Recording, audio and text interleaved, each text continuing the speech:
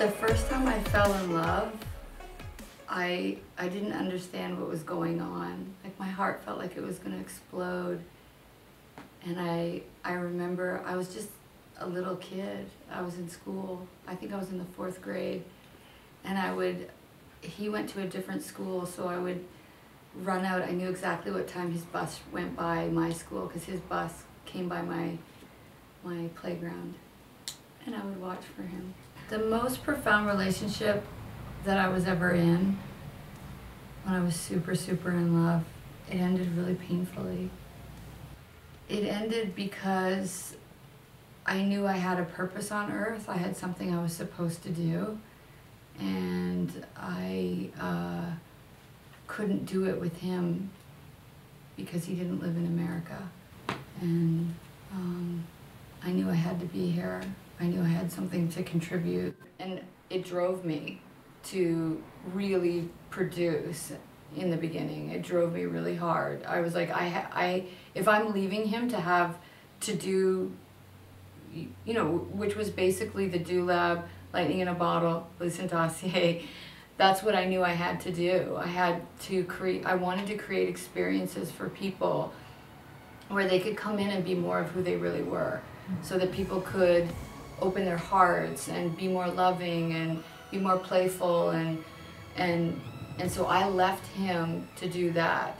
So if I was going to do that, I had to do it all the way, because I left the greatest love I had had up until that point. The letting go process was very long.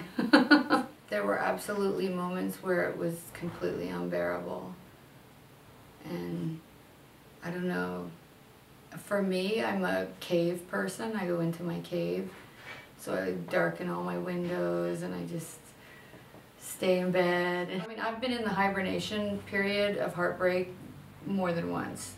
So for this particular relationship, it was kind of a prolonged, you know, I've always thought of him as my eternal soulmate. And so it's been like this long, painful process. And it may be that I've built it all up in my head, and if I saw him today, I'd be like, what? You know, maybe there would be no connection there at all. I don't know. I haven't seen him in 11 years. So it's hard to say. But I've had other, you know, I've fallen in love since, and I've had other heartbreaks since, for sure. And I think the way that I processed with him was different because I left him. I don't know if I could say that I'm healed by the letting go process, but I could say that I've come to terms with, this is my destiny, and it's perfect exactly the way that it is.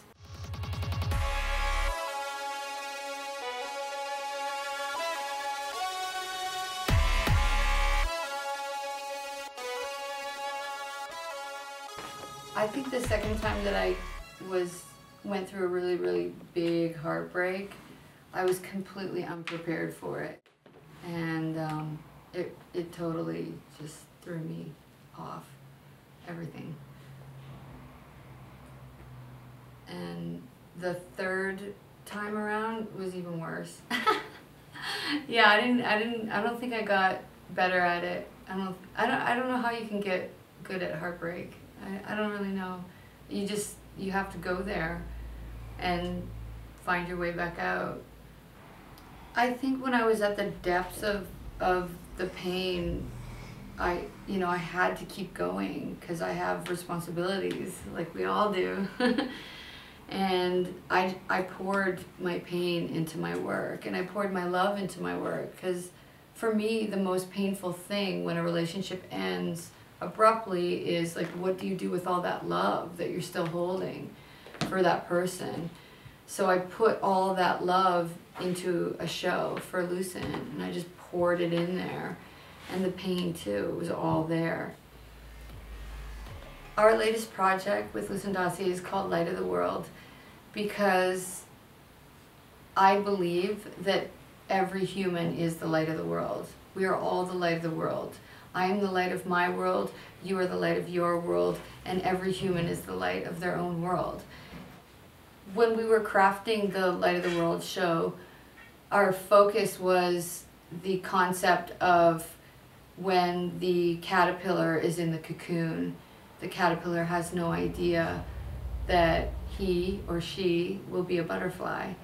And so our whole concept of the show was based on that, and there's a lot of kind of crawling and then cocooning and then breaking free. And that idea of when you're breaking, even when you're breaking out, you still don't know you're a butterfly. You actually don't know you're a butterfly until you're all the way out. So the whole show is every act has some quality of that in it. I think there was an animalistic sort of quality to that show, because for me, you know, I call it dragging my knuckles in the mud. That's what I call it. You know, where you're just like, you're so weighted down, you can't stand up, and you're just like, you know, in it. And I think that that show was really, we got dirty and we got down and we got gritty. It's a very gritty show, but it's also beautiful. And I don't know that that expression would have existed without that heartbreak. I feel like one of the things that blocks humans from having deep connections is the unwillingness to be real in the first place. So we want to connect deeply, but we don't want to reveal ourselves. We just want someone to connect with us without us giving anything. And I feel like I have an amazing support team because I'm willing to reveal myself to them. And because I'm willing to reveal myself to them, they feel open, and they feel the possibility of revealing themselves back to me. So we have super honest connection with each other, and it's not just my girlfriends. I have great guy friends too. I'm just real with them, and they're real with me. Like I don't, my ego's not there with them, and my, you know, walls are down. My support team around me is stellar. So I think that when I need to, I lean on them, and when they need to, they lean on me. My ultimate definition of the love story. I think that, I mean, such a huge part of falling in love is chemistry, and that's beyond our control. And whether that's because we're meeting someone who we've spent thousands of lifetimes with, that would be my concept of what chemistry is. Somebody who's a little more pragmatic might say that it's just an electrical, like chemical, our hormones match up and we would procreate good together, and that's why we're attracted to each other, and I think some of that is involved as well. But for me, the ultimate love story, the definition of the ultimate love story is I said it up and I'll say it again, it's two people saying yes at the same time.